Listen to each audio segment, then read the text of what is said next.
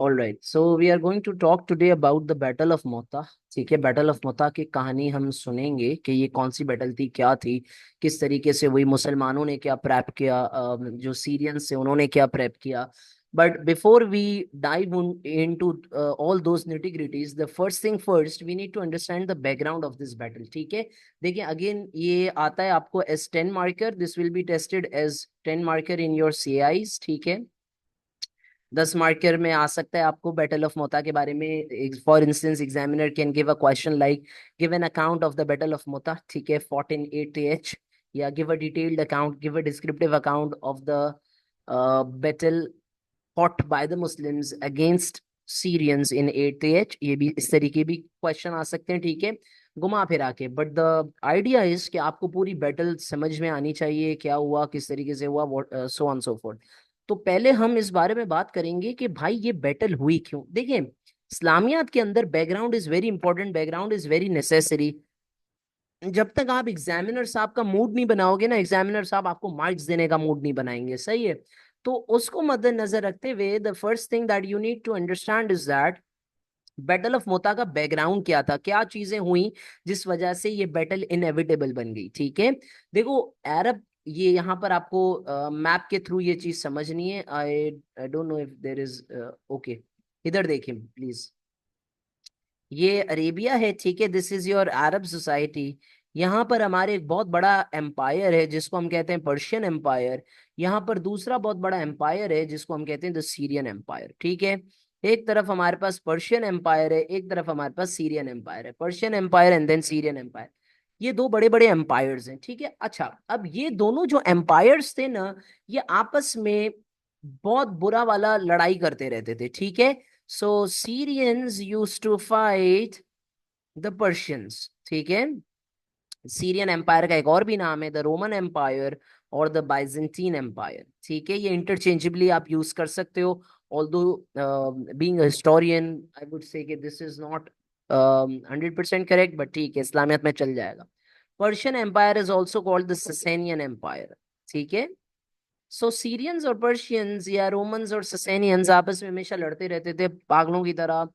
जो है ना, वो फाइट्स किया करते थे. इवेंचुअली हुआ क्या, 8th, बाय 8th, ये मैं आपको कहानी बता रहा हूँ कि जब तक हिजरत का 8वां साल आया, इन दोनों की आपस में दोस्ती हो गई. इन्होंने बोला आप जैसा कोई नहीं, उस दूसरों ने बोला आप जैसा कोई नहीं. आपस में इनकी हो गई बड़ी फुल टाइट किस्म की सेटिंग. ठीक है, जैसे आप सेटिंग करना चाहते हैं उसके साथ, एग्जामिनर के साथ. ठीक है, तो जब इनकी सेटिंग हो गई, जब इनकी दोस्ती हो गई, बहुत जबरदस्त फ्रेंडशिप हो गई, तो इन दोनों ने बोला कि भाई अब हमें ना एक ऐसे एम्पायर को रोकने की कोशिश करनी है जो दिन ब दिन एक्सपेंड होता जा रहा है, दिन ब दिन फैलता जा रहा है.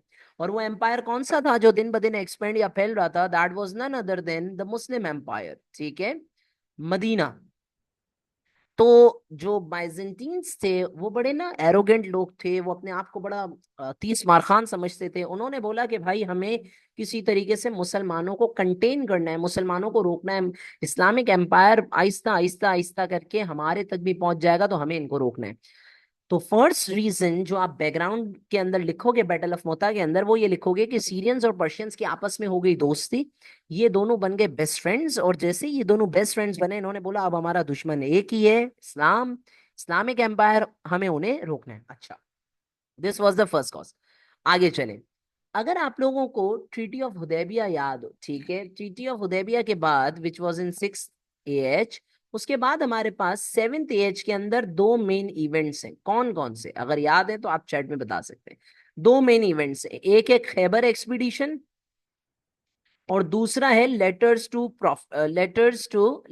From prophet peace be upon him. किसके लिए letters? From prophet peace be upon him के letters all the way to emperors. ठीक है, prophet peace be upon him ने दुनिया भर के एम्पेरर्स को लेटर्स लिखे थे. For example Egyptian emperor. ठीक है, for example he wrote to the Syrian emperor. Syrian emperor का क्या नाम है? हेराक्युलस या Hercules, both pronunciations are equally right, हेराक्युलस या हरक्युलस. ठीक है, जिसको आप उर्दू में हरकल कहते हैं. ठीक है ना, तो ये जो हरकल साहब थे, ठीक है, तो prophet peace be upon him ने बेसिकली इनके तक भी दावत पहुंचाने का काम किया था. Prophet peace be upon him try to invite him to Islam. Because इतने बड़े एम्पायर का ये एम्पियर है, तो इसकी भी ठीक ठाक चलती थी उस जमाने में। तो अगर ये कन्वर्ट हो जाते तो बहुत सारा हमारा बैठे बैठे इस्लामिक एम्पायर और ज्यादा एक्सपेंड कर जाता। सीरिया रोमन वाली साइड पूरी डेमस्कस ये सब हमारे पास आ जाता। तो prophet peace be upon him also try to invite him, ठीक है। अच्छा, अब सीन क्या होता है? सीन ये होता है कि जब तक prophet peace be upon him का लेटर रेक्युलस तक पहुंचे, बीच में बहुत सारे ऐसे खतरनाक ट्राइब्स होते हैं जो prophet peace be upon him से ना नफरत करते हैं, prophet peace be upon him से हेट करते हैं, मुसलमानों से हेट करते हैं। And one of those Roman such tribe, ऐसा इनमें से एक रोमन ट्राइब या Syrian tribe was called the Ghassanids. क्या नाम था? द गसानिड्स, ठीक है। गसानिड्स जो थे, दे बेसिकली हेटेड मुस्लिम्स। ये मुसलमानों को हेट किया करते थे। तो गसानिड्स जो हैं, किंग हेराक्लियस तक पहुंचने के लिए बीच में हमें गसानिड्स को क्रॉस करना है। तो prophet peace be upon him ने लेटर लिखा है हेराक्लियस के नाम, लेकिन बीच में हमें क्रॉस करना है गसानिद को। तो prophet peace be upon him के जो एनवॉय थे, ठीक है, जो बेसिकली लेटर लेकर जा रहे थे, उनका इंटरेक्शन हो गया, उनका एनकाउंटर हो गया एक गसानिद ऑफिशियल से। किससे एनकाउंटर हो गया? एक गसानिद ऑफिशियल से। और ये जो गसानिद ऑफिशियल हैं, ठीक है, इनका नाम है Shurahbil. Please don't confuse this Shurahbil with Shurahbil bin Hasana. Shurahbil bin Hasana दूसरे हैं, ये शुराबील दूसरे हैं। आपने दोनों को कंफ्यूज नहीं करना है, ठीक है। All right, now what happens is that कि ये जो शुराबील साहब होते हैं, ये basically prophet peace be upon him के एनवॉय को एग्जीक्यूट कर देते हैं, शहीद कर देते हैं। यार अब आप इमेजिन करो इस चीज को। Prophet peace be upon him अमन का पैगाम भिजवा रहे हैं, सलामती का पैगाम भिजवा रहे हैं, अमन का पैगाम भिजवा रहे हैं, इस्लाम की दावत दे रहे हैं। और आप उनके, अगर हमारे कोई एम्पियर, सॉरी, हमारे कोई एनवॉय को किल कर दिया जाए, तो ये तो खुली जंग की दावत दे रहे हो आप। आई बात समझ में? तो इस चीज को आपको ना बड़े गौर से माइंड में रखना है कि इस्लाम के अंदर हमारा जो दावत का निजाम था वो हमेशा से ऐसा ही है। Prophet peace be upon him ने हमें सिखाया कि पहले आप इनवाइट करें अच्छे से, अगर वो ना माने तो आप उनको बोले भाई जिजिया दे दो, ठीक है। और फिर अगर वो भी ना माने तो फिर जिहाद जो है ना वो आप कर सकते हैं। एनी हाउ, अभी हम जिहाद नहीं पढ़े, अभी हम ये पढ़ रहे हैं कि prophet peace be upon him ने अपने एनवॉय हारिस बिन उमैर को जब भिजवाया, तो शुराबील ने उनको एग्जीक्यूट कर दिया, ठीक है। दिस इज दिस रीजन, ठीक है। शुराबील ने उनको एग्जीक्यूट कर दिया। And I told you don't confuse him with Shurahbil bin Hasana. Shurahbil bin Hasana अलग है, ही शुराबील बिन अमर। शुराबील बिन अमर ने एग्जीक्यूट कर दिया या किल कर दिया या शहीद कर दिया किसको? Prophet peace be upon him के एनवॉय को। और किसी के भी एनवॉय को शहीद करने का क्या मतलब है? कि आप खुलेआम दावत दे रहे हो कि आए और हमें मारें, ठीक है। Now all right, what happens is that कि ये सारे रीजंस थे behind this battle which is called the battle of Mota, ठीक है। अच्छा, बिफोर वी मूव ऑन, एक एक एक बड़ी इंटरेस्टिंग यहाँ पर बात है। ये पूरी बैटल ऑफ मोता जो है, इसमें holy prophet peace be upon him ने पार्टिसिपेट नहीं किया था। Prophet peace be upon him was in Medina, but prophet peace be upon him ने ये पूरी बैटल की लाइव ट्रांसमिशन दी थी। I would call this live transmission. Live transmission क्या होती है? जैसे अभी आपके पास लाइव क्लास चल रही है, ठीक है। Prophet peace be upon him was in Medina, he was sitting in Masjid Nabawi, ठीक है। Prophet peace be upon him मस्जिद में बैठे हुए थे, ठीक है, कयाम थे, कयाम कर रहे थे वहां पर। And he was giving live transmission to the सहाबा कराम ऑफ दिस एंटायर बैटल, ठीक है। दिस बैटल ऑल्सो अपियर्स, इस बैटल का जो डिस्क्रिप्शन है वो आपको बुखारी के अंदर हदीस नंबर 4261 में भी मिलता है, 4261, सॉरी। एनी हाउ, तो अब स्टार्ट करते हैं बात को। तो अब आपने बैकग्राउंड बिल्कुल अच्छे से पक्के से समझ लिया है, ठीक है। बैकग्राउंड में बच्चों क्या बातें लिखोगे? Prophet peace be upon him ने एनवॉय को भिजवाया, who was killed, who was executed by Shurahbil a Ghassanid official. उसके बाद सीरियंस और पर्शियंस के आपस में क्या हो गई थी? फ्रेंडशिप, हम बेस्ट फ्रेंड्स बन गए और मुसलमानों के खिलाफ उन्होंने दुश्मनी ले ली। And so prophet peace be upon him decided कि ये सही टाइम है, हमें सीरियंस को सबक सिखाना चाहिए। इतनी मजाल उनकी कि एनवॉय को एग्जीक्यूट कर दिया। ये मुसलमानों का क्या क्या मजाक समझे हुए हैं? तो prophet peace be upon him ने इनको मजा चखाने के लिए, इनको लेसन टीच करने के लिए, prophet peace be upon him gathered an army of 3,000 men in Medina. Prophet peace be upon him ने इस आर्मी का जो फ्लैग था, जो स्टैंडर्ड था, जो अलम था, जो परचम था, वो किसके हाथ में रखा? अपने adopted son Zaid bin Haris के हाथ में। Now Zaid bin Haris is leading 3,000 companions. Prophet peace be upon him also made a beautiful prediction at this time and he said कि if Zaid bin Haris is martyred, अगर Zaid bin Haris शहीद हो जाए जंग में, तो जो अगला हमारा लीडर बनेगा, he will be elder brother of Ali, elder son of Abu Talib, he is none other than Jafar bin Abu Talib. ठीक है, मैंने आपको बताया था लास्ट क्लास में भी शायद कि हजरत Jafar bin Abu Talib migration to एबिसीनिया के टाइम पे गए थे और वापस आए थे खैबर एक्सपीडिशन के मौके पर। नाउ, तो prophet peace be upon him ने फरमाया अगर जैद बिन हारिस की डेथ होगी तो अगला जो हमारा मुसलमानों का आर्मी का लीडर बनेगा, तो वो परचम आएगा, मुसलमानों का फ्लैग आएगा जाफर बिन अबू तालिब के हाथ में। And if Jafar also dies, the next person to lead the to lead the Muslims would be none other than the poet companion of Prophet, peace be upon him. He is also the one who held the reins of Kaswa in at the time of Umrah after Treaty of Hudaybiyah के seventh years में, जब profit Hudaibiya के मौके के बाद उमरा करने गए थे अगले साल खैबर एक्सपीडिशन के बाद में। So is none other than him, he is one and the only poet companion, Abdullah bin Rawaha. ठीक है, all right. Now what happens is that कि prophet peace be upon him ने ये प्रिडिक्शन कर दी and prophet peace be upon him ने ये भी फरमाया, prophet peace be upon him said कि if all the three die, all the three are शहीद, शहीद हो जाते हैं अगर तीनों, तो उसके बाद इस्लाम का जो परचम आएगा वो किसके हाथ में आएगा? वो मुसलमान आपस में डिसाइड करेंगे कि हमें कौन सा नया लीडर बनाना है। तो prophet peace be upon him ने पहले से ये प्रिडिक्शन कर दी कि इस जंग में Zaid bin Haris, Jafar bin Abu Talib, ठीक है, एंड अब्दुल्ला बिन रवाहा, ये इन तीनों की शहादत जो पक्की पक्की होनी है, प्रॉफिट ने पहले से एक तरीके से प्रिडिक्शन कर दी और ये सच में हुआ भी। सही है, तो इस तरीके से मुसलमानों ने प्रिपरेशन की, ठीक है, and they started to leave with an intention to fight against the Syrians या द रोमन्स या द बाइजेंटीन्स इन सीरिया। ठीक है, अच्छा, ऑन द अदर हैंड अगर हम बात करें बाइजेंटीन के प्रिपरेशन की, तो बाइजेंटीन्स जो थे वो एक बहुत बड़ा एम्पायर था, उस जमाने की सुपर पावर थी, उस जमाने का आप कह लें रशिया, यूएसएस, उस जमाने का वो चाइना था, सुपर पावर थी बाइजेंटीन्स। और दूसरी बात ये कि बाइजेंटीन का जो एम्पायर था हेराक्लियस या हरक्यूलिस, उर्दू में हरकल बोलते हैं, उसने यजदिगर्द III के साथ दोस्ती कर ली थी, पर्शियन एम्पायर यजदिगर्द के साथ। ठीक है, तो इस दोस्ती के बाद इवेंचुअली हुआ क्या, इस दोस्ती की वजह से इस दोस्ती की वजह से, पर्शियन एम्पायर के साथ दोस्ती की वजह से इवेंचुअली पर्शियन एम्पायर ने मदद की सीरियंस की अगेंस्ट मुस्लिम्स। तो सीरियंस के पास एक बहुत बड़ा लश्कर तैयार हो गया and according to different narrations हमें ये पता चलता है कि 1 लाख, 1,20,000, कुछ नरेशंस तो हमें 1.5 से 2 लाख का भी फिगर बताती हैं।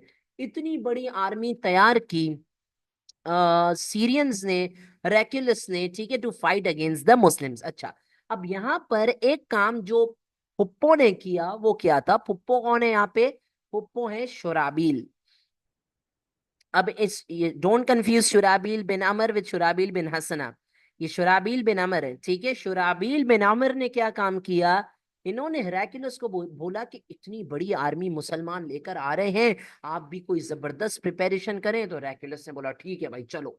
इतने लोग लिए, कई हजारों की तादाद में कैवलरी ली, ठीक है, ग्रीक यहाँ वहां पूरे मोहल्ले से ना हेराक्लियस ने आदमी बुला लिए। ठीक है ना, and it is said that he called men from as far as the lands of Greek. यहाँ पर एक बहुत ही एक क्वेश्चन अचानक से मुझे याद आ गया, can you name one companion of holy prophet peace be upon him, जिनके बारे में कहा जाता है कि he was a slave who accepted Islam in the early years and was also persecuted by the Quraysh in Makkah and he was from the Greek lands? किसी को नाम आता है? none other than शोएब बिन सिनान, उनके बारे में कहा जाता है। ठीक है, अच्छा चले, एनी हाउ, तो इस तरीके से बड़े बड़े लीडर्स तैयार किए गए, बड़े बड़े ट्राइब्स आपस में मिले, और इस तरह एक बहुत बड़ी सीरियन आर्मी तैयार हुई। अच्छा, अब होता क्या है, मुसलमान निकलते हैं, ठीक है, मुसलमान कुछ दिनों में, कुछ दिनों का सफर तय करके they reach a place called Al Maan, it is called the valley, it's not Maan, it's apostrophe N है उर्दू का, मान, ठीक है, इट इज कॉल्ड मान। इस जगह पर मुसलमान स्टे करते हैं। मुसलमानों को पता चलता है हम 3,000 हैं, और सामने जो एनिमी है हमसे वो लाखों की तादाद में, वो बहुत बड़ी है। तो इससे कुछ मुसलमानों का दिल घबरा जाता है। मुसलमान बोलते हैं यार, 3,000 मुसलमान वर्सेस 2 लाख लोग, पॉसिबल नहीं है यार, कैसे हराएंगे। लेकिन मुसलमान शायद उस वक्त ये बात भूल गए कि हमारी जो विक्ट्री होती है, that is not in the hands of anyone except Allah ताला।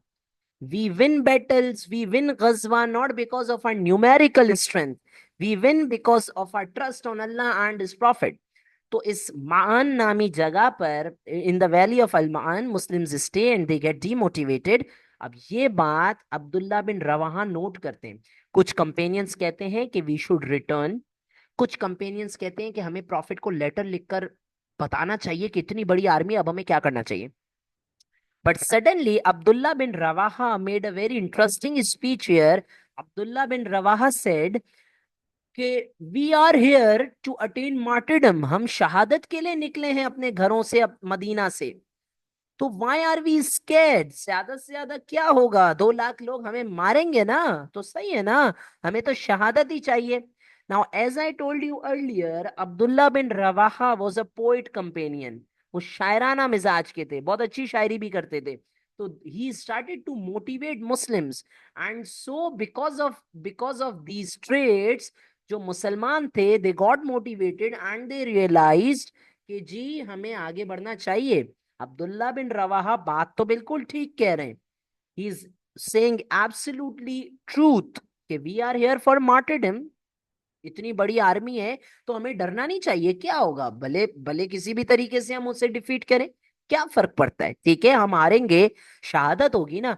तो with all of this motivation मुसलमानों ने कंटिन्यू किया, and they started to continue from Maan, ठीक है। अच्छा, now before we move on, you have to remember this कि holy prophet peace be upon him is not with the Muslims, he is in Medina। ये पहले भी मैंने आपको बात बताई है, ये रही, यहाँ पर prophet peace be upon him is giving live transmission।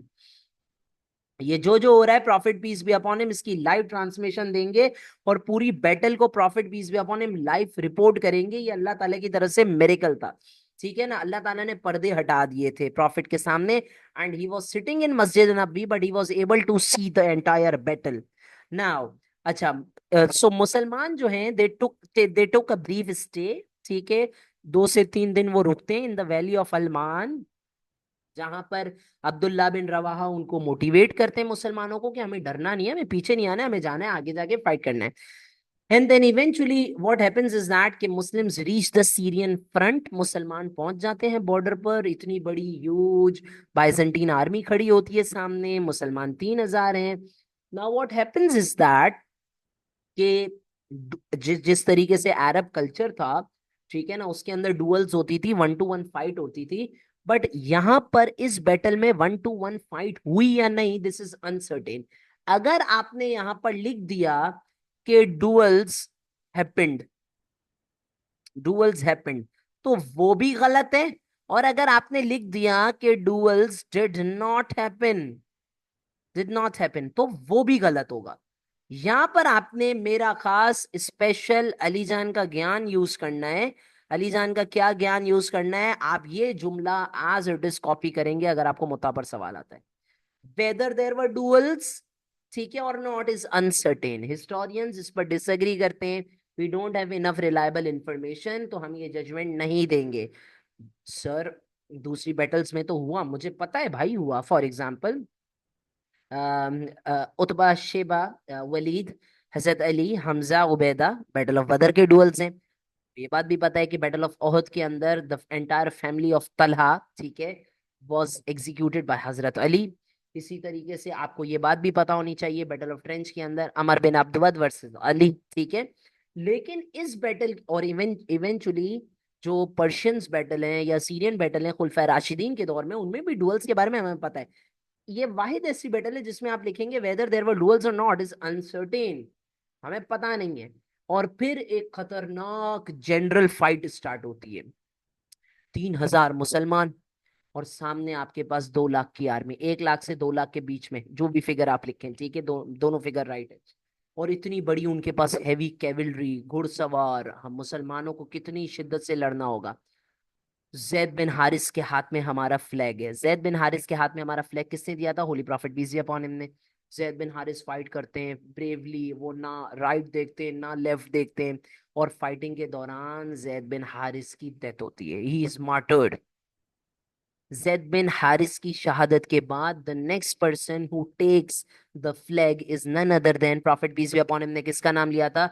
Jafar bin Abu Talib. So Jafar bin Abu तालिब अपने हाथ में अलम लेते हैं, जाफर बिन अबू तालिब अपने हाथ में फ्लैग लेते हैं मुस्लिम आर्मी का और लड़ना स्टार्ट करते हैं। जाफर बिन अबू तालिब का पहले राइट हैंड काट दिया जाता है। तो जाफर बिन अबू तालिब लेफ्ट हैंड में ले लेते हैं इस्लाम का परचम, लेफ्ट हैंड काट दिया जाता है जाफर का। तो जाफर बिन अबू तालिब अपने सीने पे, अपने चेस्ट पे ले लेते हैं और फिर जाफर बिन अबू तालिब की दोनों टांगे भी काट दी जाती हैं। जाफर बिन अबू तालिब अपने घोड़े से गिर जाते हैं। और ये सब मंजर, ये पूरी live transmission holy prophet peace be upon him जो है वो जाफर बिन अबू तालिब के बारे में बता रहे होते हैं कि अब जाफर का सीधा हाथ कट गया, लेफ्ट दायां बाएं बाजू कट गए, टांगे कट गई, जाफर गिर गए और फिर प्रॉफिट पीस भी। अच्छा just by the way, Jafar bin Abu Talib के जिस्म पे इतनी वूंड्स आए थे, इतनी जख्में आई थी कि कहा जाता है कि 90 जख्म जाफर बिन अबू तालिब के जिस्म पर आए थे। इमेजिन करें 90 जख्म। और फिर Jafar bin Abu Talib eventually was martyred.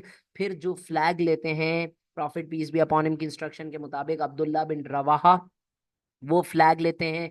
Abdullah bin Rawaha की भी शहादत होती है। And then eventually prophet peace be upon him ने क्या बताया था जाने से पहले कि जब इन 3 सहाबा की डेथ होगी तो फिर मुसलमान आपस में म्यूचुअली डिसाइड करेंगे कि फ्लैग किसके हाथ में जाना चाहिए। तो there was a companion whose name was Sabit bin Arkham.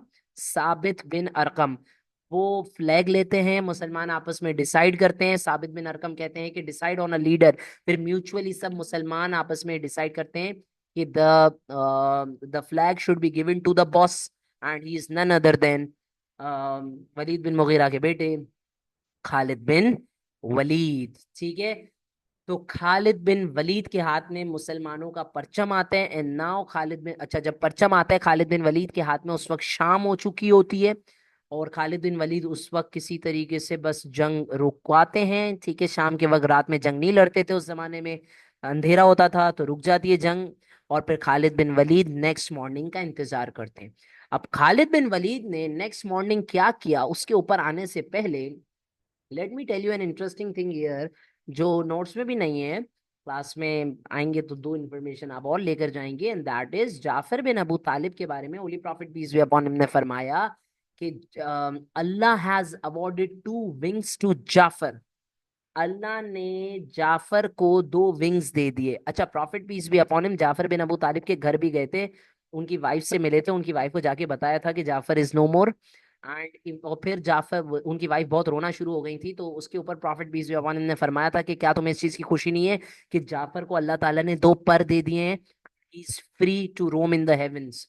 And hence Jafar bin Abu Talib became known as Jafar Tayyar, the winged Jafar, ठीक है।